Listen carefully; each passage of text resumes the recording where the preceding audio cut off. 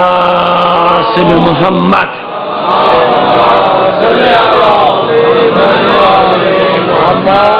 وآلہ الطیبین الطاہرین المعصومین ولعنۃ اللہ علی اعدائہم اجمعین من الآن الى قیام یوم الدین. اما بعد فقد قال اللہ تعالی فی کتابہ المبین وہو اصدق القائلین وقولہ الحق. بسم اللہ الرحمن الرحیم. اللہ ولی الذین آمنوا یخرجہم من الظلمات الی النور والذین کفروا اولیاؤہم الطاغوت یخرجونہم من النور الی الظلمات اولئک اصحاب النار هم فیہا خالدون. صلوات بھیجیے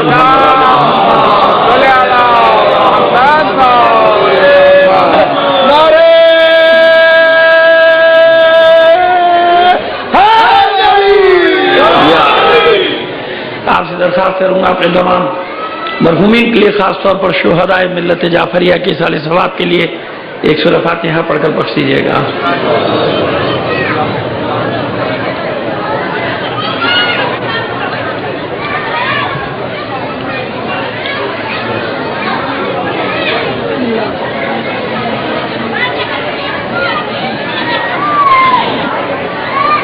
ایک صلوات بھیج دیجیے محمد.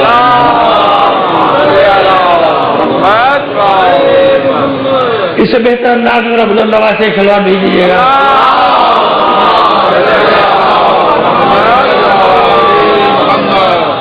عزیزان محترم، آیت الکرسی کا ایک حصہ ہے جو میں نے آپ کے سامنے تلاوت کا شرف حاصل کیا کہ اللہ ولی ہے ان لوگوں کا جو ایمان لائے. اللہ ولی الذین آمنوا، اللہ ولی ہے، سرپرست ہے ان لوگوں کا کہ جو ایمان لائے. اور اللہ جن کا ولی بن جائے، اللہ جن کا سرپرست بن جائے، یخرجہم من الظلمات الی النور، تو ان لوگوں کو، ان ایمان لانے والوں کو پروردگار کفر کی جہالت سے یا جہالت کے اندھیروں سے ایمان کی روشنی میں لے آتا ہے. یخرجہم من الظلمات الی النور، انہیں اندھیروں سے، تاریکی سے نور کی طرف لے آتا ہے. یہ ہے اللہ کی دوستی کا نتیجہ. جو اللہ کو اپنا سرپرست قرار دے، اللہ کو اپنا ولی قرار دے، تو جیسا دوست ہوگا ویسے ہی نتیجہ ہوگا نا. جب اللہ سے دوستی کا دعویٰ کرے گا تو اللہ کیا کرے گا؟ کفر کی جہالتوں اور جہالتوں کے اندھیروں سے نکال کے ایمان کی روشنی کی طرف لے آئے گا، ایمان کے نور کی طرف لے آئے گا. والذین کفروا، اور جن لوگوں نے کفر کیا یعنی اللہ کو چھوڑ دیا، اولیاؤہم الطاغوت، بس جو بھی اللہ کو چھوڑ دیتے ہیں وہ شیطانوں کو اپنا سرپرست بنا لیتے ہیں. یعنی اللہ کی دوستی چھوڑنے کا نتیجہ یہ ہوتا ہے. دیکھیے میں یوں نتیجہ دوں آپ کو کہ اگر آپ اللہ سے دوستی کریں گے تو اللہ بہترین لوگوں کو آپ کا سرپرست بنائے گا. اگر آپ اللہ کی دوستی چھوڑیں گے تو اللہ شیطانوں کو آپ کا سرپرست بنا دے گا. یہ نقطہ یاد رکھیے گا. اسی پہ کچھ دیر تقریر کروں گا. یعنی میں نے ایک عنوان آپ کو دے دیا کہ اللہ کی دوستی کا نتیجہ بہترین لوگوں سے دوستی، اللہ کو چھوڑنے کا نتیجہ شیطان اور بدترین لوگ آپ کے سرپرست بن جائیں گے. والذین کفروا اولیاؤہم الطاغوت، اور جن لوگوں نے کفر کیا، اللہ کو چھوڑ دیا، اللہ کی ولایت، اللہ کی دوستی سب کو چھوڑ دیا، تو ان کے ولی کون ہوں گے؟ اولیاؤہم الطاغوت، یہ طغیان کرنے والے، یہ سرکشی کرنے والے، یہ ان کے ولی بن جائیں گے. یعنی دیکھیے ایک نقطہ یاد رکھیے کہ ولایت سے فرار ممکن نہیں. اب یہ اختیار اللہ نے انسان کو دیا کہ اللہ کی بنائی ہوئی ولایت کے سائے میں آ جاؤ یا شیطان کی بنائی ہوئی.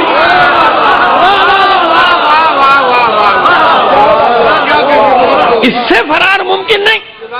لیکن میں نے آیت کا ترجمہ پھر کر دیتا ہوں تاکہ اور کوئی اعتراض بھی نہ کر سکے. اللہ ولی الذین آمنوا یخرجہم من الظلمات الی النور، اللہ ولی ہے ان لوگوں کا. اب یہ ولی کے معنی میں بات کرتے ہیں ابھی، لیکن پہلے یہ لفظ ترجمہ لے لیجئے.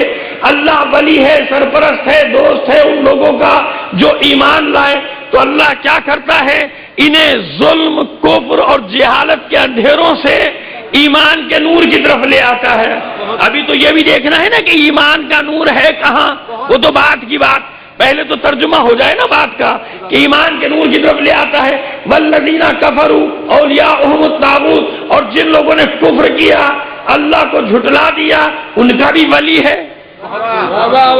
یعنی لفظ ولی میں جھگڑا مت کیا کیجیے آپ.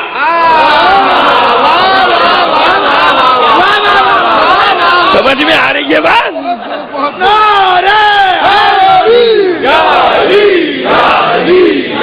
بھائی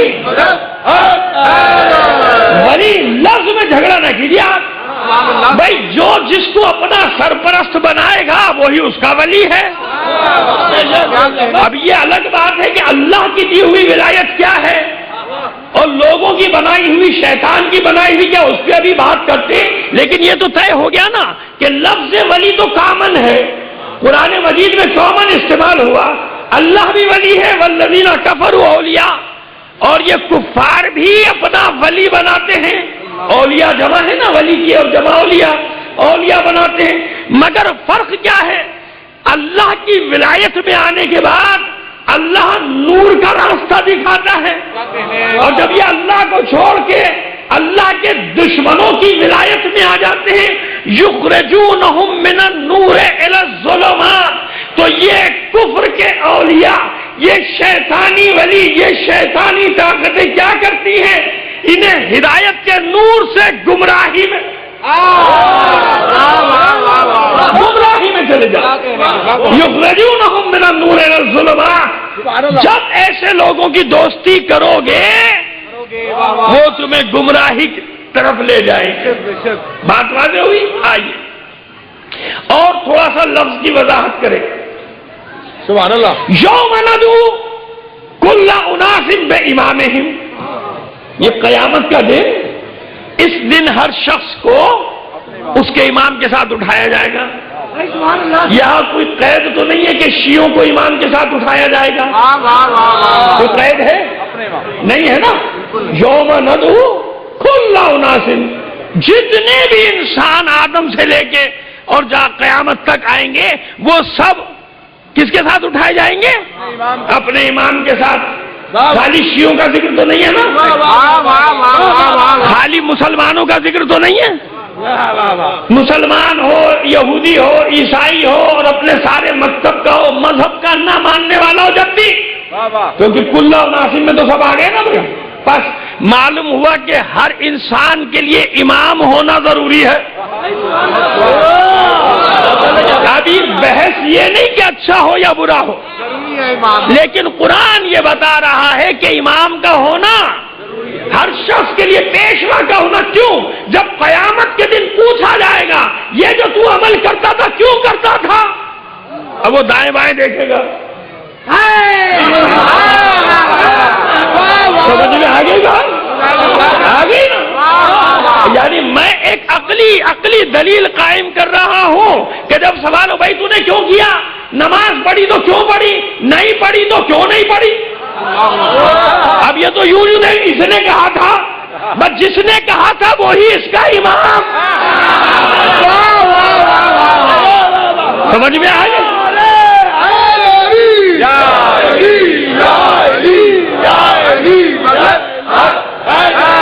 دیکھیے بہت باریک اشاروں میں باتیں کرتا ہوا جاؤں گا سمجھداروں کے لیے، اور یہ مجلس کا مجمع ہے، ہر بات کو سمجھ لے گا.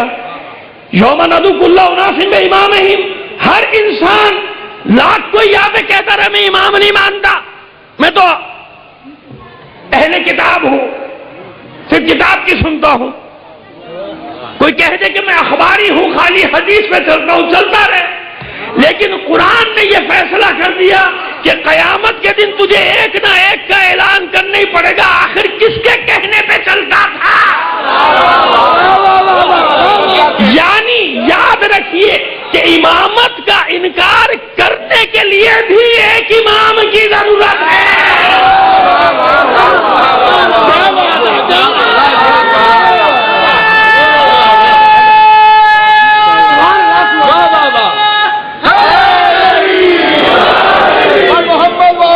سمجھ میں آ گئی بات؟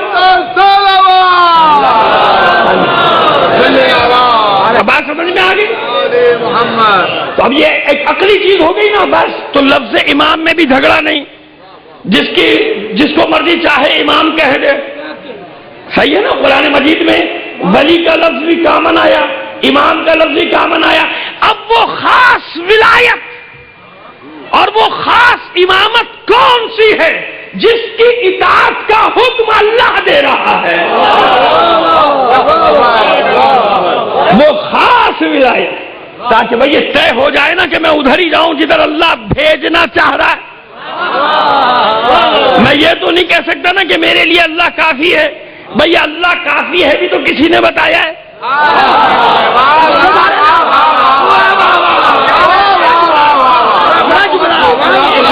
بھئی آخر کس نے بتایا کہ اللہ کافی ہے تجھے؟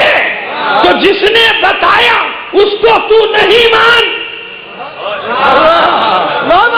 کیا اللہ کو یہ گوارا ہے کہ جس نے بتایا کہ حسبنا اللہ و نعم الوکیل و نعم المولا و نعم النصیر, یہ بتانے والا کون؟ آپ کہیں گے جی یہ تو قرآن نے بتایا. ارے تو یہ تو بتا کہ قرآن آیا کس پر؟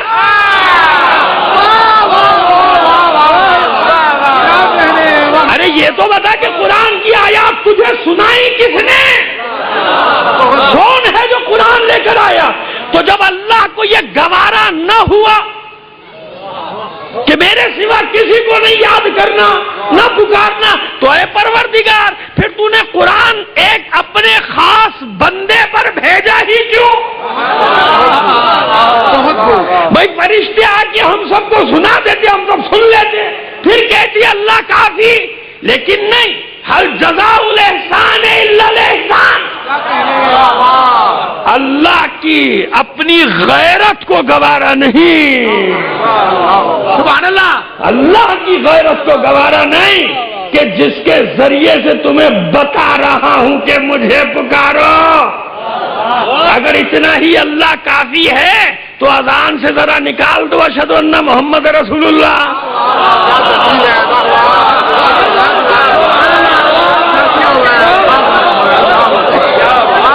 اللہ کافی ہے نا تو نکال دو اشہد ان محمد رسول اللہ, نکال دو. اللہ کافی ہے, نماز سے درود نکال دو, اللہ کافی ہے. لیکن نہیں, پروردگار کو گوارا نہ ہوا. ارے اللہ کو ضرورت نہیں کہ تم اللہ کو مانو یا نہ مانو. اللہ کی الوہیت پر کوئی فرق پڑتا ہے؟ تمہارے نہ ماننے سے کیا اللہ اللہ نہیں رہے گا؟ ایسا ہے کیا؟ آپ کلمہ نہیں پڑھیں گے تو کیا اس کی ربوبیت سے کوئی آنچ آ جائے گی؟ اس کی الوہیت میں کوئی کمی آ جائے گی؟ نہیں. وہ تو امتحان میں ڈالنا چاہتا ہے کہ اگر تم مجھ سے محبت کا دعویٰ کرتے ہو تو ایک امتحان میں ڈالوں گا. قل ان کنتم تحبون اللہ فاتبعونی. رسول ان سے کہہ دیجئے کہ اگر مجھ سے محبت کا دعویٰ ہے, یعنی اللہ سے محبت کا دعویٰ ہے, تو رسول کا اتباع کرتے جانا.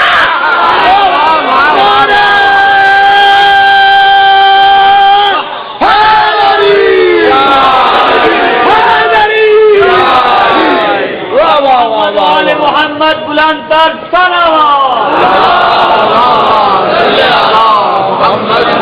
جی بات واضح ہو گئی کچھ حد تک. اللہ کو یہ گوارا ہی نہیں اللہ کافی ہے, تو اللہ کو ضرورت کیا تھی 1,24,000 انبیاء بھیجنے کی؟ نہیں, ایسا نہیں. بلکہ پروردگار نے ارشاد فرمایا, خود ارشاد فرمایا, کون سی ولایت تمہارے لیے دے رہا ہوں. آیت کی تکرار ضرور ہوگی مگر مطلب کی نہیں. کیا کہنے. آیت وہی ہے جو آپ سنتے آ رہے ہیں, مطلب انشاءاللہ آپ کے لیے نیا ہوگا. یہی تو معجزہ ہے نا آیات الہی کا کہ قیامت تک پردے اٹھتے رہیں گے, کشف حجاب ہوتا رہے گا, مطالب آتے رہیں گے. اور میری دست بستہ گزارش یہی ہے کہ قرآن سے دوستی کر لو, جھوٹ بولنے کی ضرورت نہیں پڑے گی.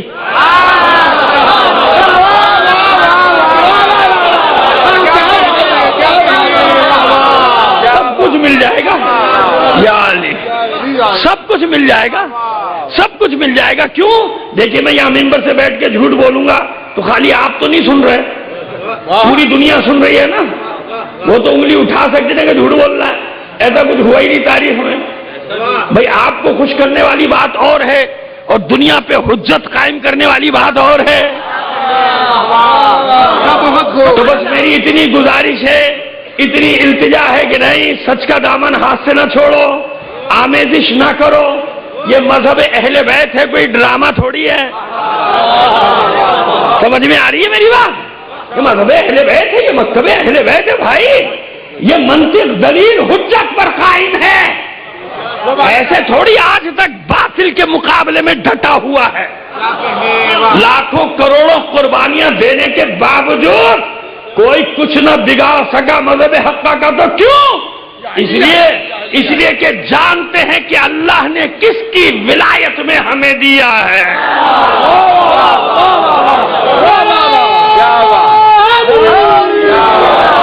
ہمیں معلوم ہے کہ اللہ نے ہمیں کس کی ولایت میں دیا ہے.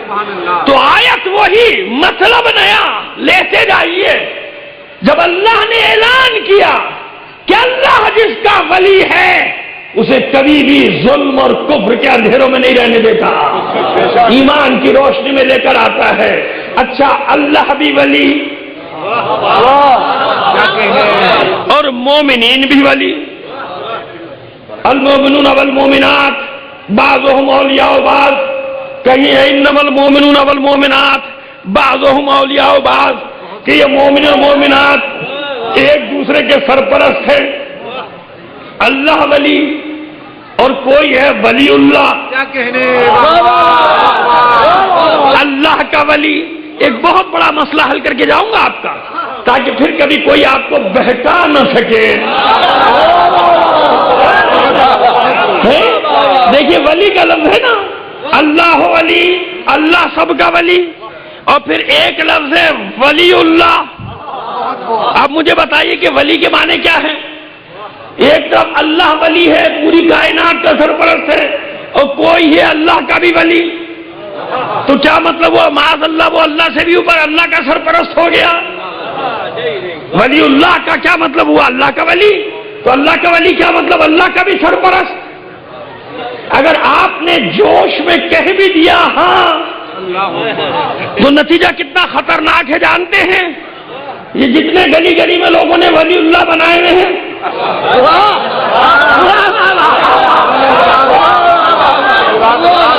ہے نا، بہت احتیاط سے چلنا ہے نا بھائی، بہت احتیاط سے. یہ منزل اتنی آسان نہیں کہ لوگوں کو خوش کر کے چلے جاؤ. نہیں بھائی، بڑی احتیاط سے چلنا ہے. تو بس اللہ بھی ولی اور اللہ کا بھی کوئی ولی، مومنین بھی ولی، مومنات بھی ولی. اور یہی نہیں، یہود و نصارہ بھی ولی. یہ بھی قرآن کہہ رہا ہے سورہ مائدہ میں، یا ایھا الذین آمنوا لا تتخذوا اليہود والنصارى اولیاء. اے ایمان والو، یہود و نصارہ کو اپنا ولی نہ بنا لینا. یعنی اس کا مطلب کچھ نے بنایا ہے.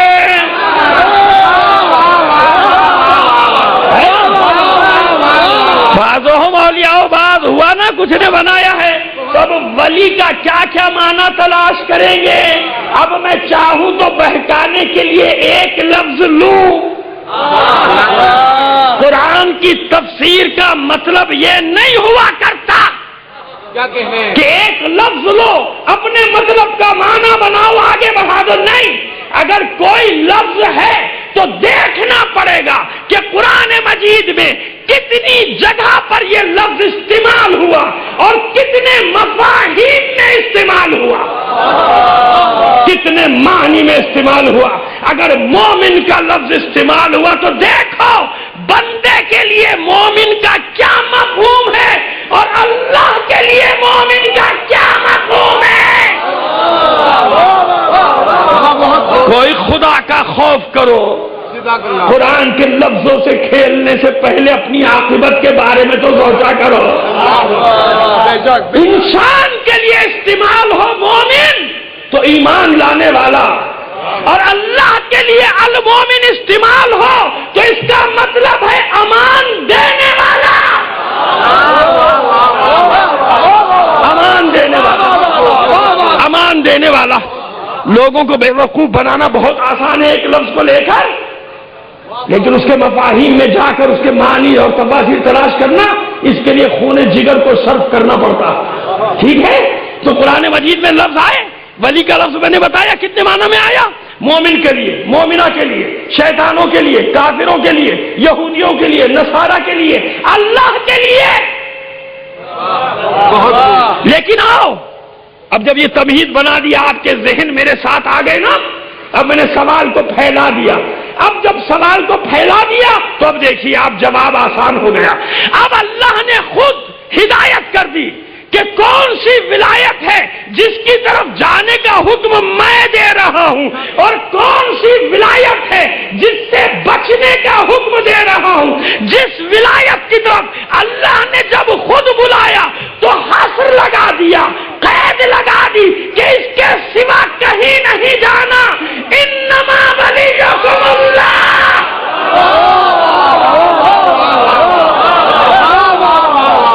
انما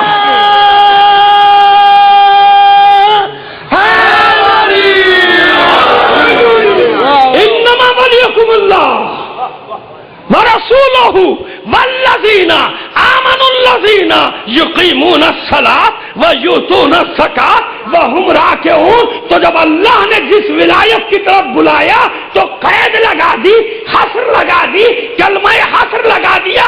اب دوسرے مفہوم نہ نکالنا، نہ کہنا کہ ہمیں نہیں معلوم کہ ولی کا معنی کیا ہے۔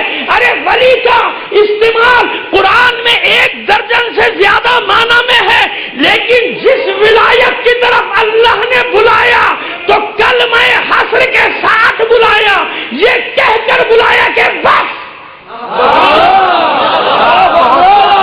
انما کا مطلب کیا ہے؟ بس، یعنی اس کے سوا کچھ نہیں۔ انما ولیکم اللہ۔ اب یہاں ولی کس معنی میں آ گیا؟ سرپرست، مولا۔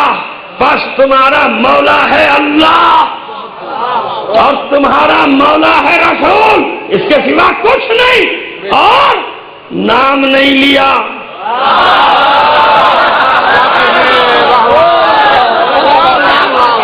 بھائی کیوں نہیں لیا؟ اے پروردگار، نام لے دیتا مشکل ہی حل ہو جاتی، جھگڑا ہی ختم ہو جاتا، لیکن نہیں، کلام الہی ہے، شاید یہی جواب مل جاتا کہ نہیں، مشکل اور بڑھ جاتی، نام آنے سے مشکل بڑھ جاتی۔ کیوں؟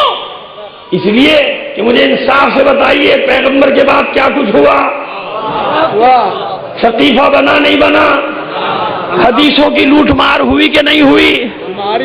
القابات کی چوری ہوئی کہ نہیں ہوئی؟ لقب چوری ہوئے، فضائل چوری ہوئے، ادھر کے ادھر، ادھر کے ادھر، کیونکہ وہاں تو کچھ تھا ہی نہیں، سب یہیں سے لوٹ مار کرو۔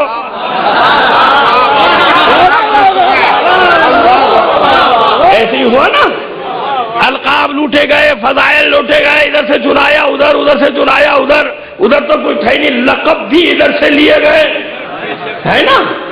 جو لقب جو اشارے کافی ہے نا، وہ اشارے اچھے ہوتے ہیں، سمجھنے میں زیادہ مزہ آتا ہے انسان کو، تو لہٰذا وہ لوٹے گئے ادھر کے ادھر، ادھر کے ادھر۔ تو اب انصاف سے بتاؤ، اللہ نے وعدہ کیا ہے کہ قیامت تک اس قرآن کی حفاظت کا ذمہ میرا ہے۔ اِنَّا نَحْنُ نَزَّلْنَا الذِّكْرَ وَإِنَّا لَهُ لَحَافِظُونَ، بے شک میں نے اس ذکر کو نازل کیا ہے اور ہم ہی اس کی حفاظت بھی کرنے والے ہیں ذکر کی۔ تو اب مجھے بتاؤ، توریت، زبور، انجیل کے ساتھ کیا ہوا؟ پیغمبر گئے، پیغمبر کے بعد آنے والے ان کے ساتھیوں نے لفظ ساتھی اس لیے استعمال کر رہا ہوں کہ کوئی برا نہ مان جائے، حالانکہ میں بات کر رہا ہوں جناب موسیٰ کے ساتھیوں کی، جناب عیسیٰ کے ساتھیوں کی، جناب داؤد کے ساتھیوں کی، جن پر توریت آئی، لیکن اس کے باوجود ساتھی کہہ رہا ہوں، صحابی نہیں کہہ رہا، ورنہ لوگ برا مان جائیں گے۔ اس لیے ان کے برے ماننے سے بچنے کے لیے لفظ ساتھی استعمال کر رہا ہوں، اور وہ بھی ان کے لیے جو گزر چکے بھائی، جناب عیسیٰ کے، جناب داؤد کے، جناب موسیٰ کے ساتھیوں نے کیا کیا؟ کتابوں میں تبدیلی کی کہ نہیں کی؟ انجیل 10 موجود ہیں آج، یہ 10 وہ کہ جن کو انہوں نے کہا کہ یہ معتبر ہیں 10، اور 10 اس لیے کہ 10 اختلاف رکھتی ہیں، مختلف ہیں، ورنہ تو 100 سے بھی زیادہ ہیں، تو بدلی نا۔ کیوں؟ ہر ساتھی نے اپنے خیال کو بھی شامل کیا،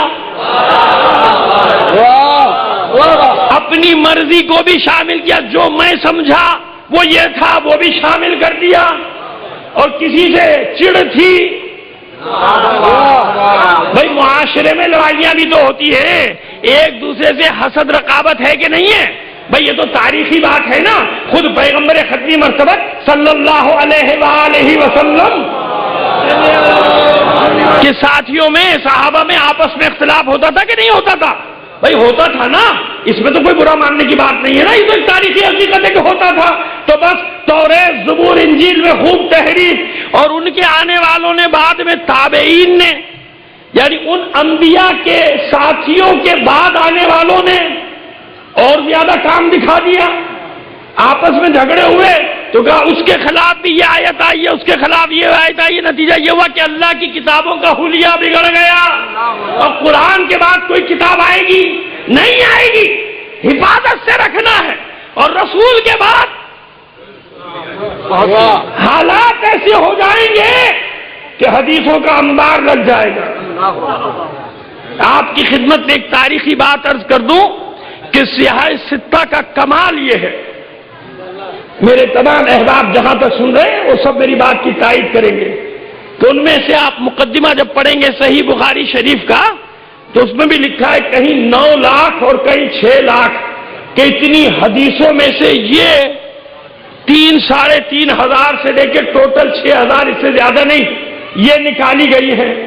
اب کون سی صدی چل رہی ہے؟ 3ری صدی ہجری۔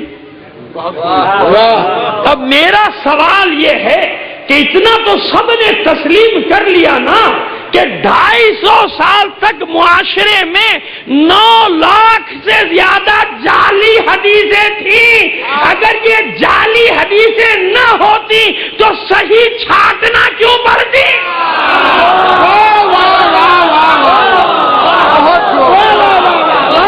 ہے نا؟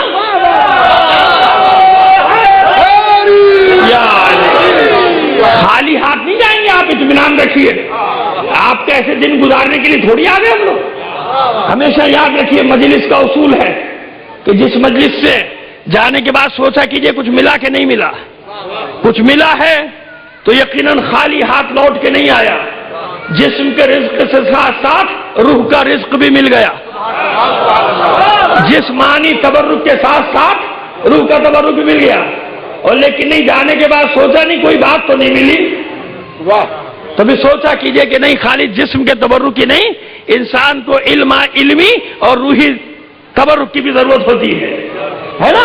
تو ایسے آپ کو خالی ہاتھ تھوڑی جانے دیں گے۔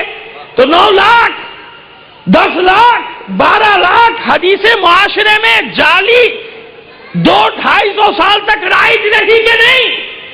ان میں سے 3,000 نکلی، کسی نے تو خالی 1,500 نکالی، بس کہتا جی اس سے زیادہ نہیں ہے، صحیح باقی سب ایسے ہی ہے۔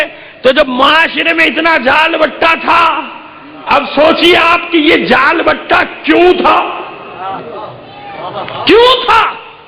2 وجہ تھی، یا تو کوئی اپنی تعریف میں حدیث لکھواتا تھا پیسے دے کے، یا پھر کسی کے خلاف لکھواتا تھا، اور یا پھر حدیث کو گھٹاتا تھا، یا پھر حدیث کو لمبا کرواتا تھا۔ درہم و دینار چل رہے تھے، انا مدینۃ العلم وعلی بابھا، اس حدیث میں وہ دم چھلے لگائے کس نے؟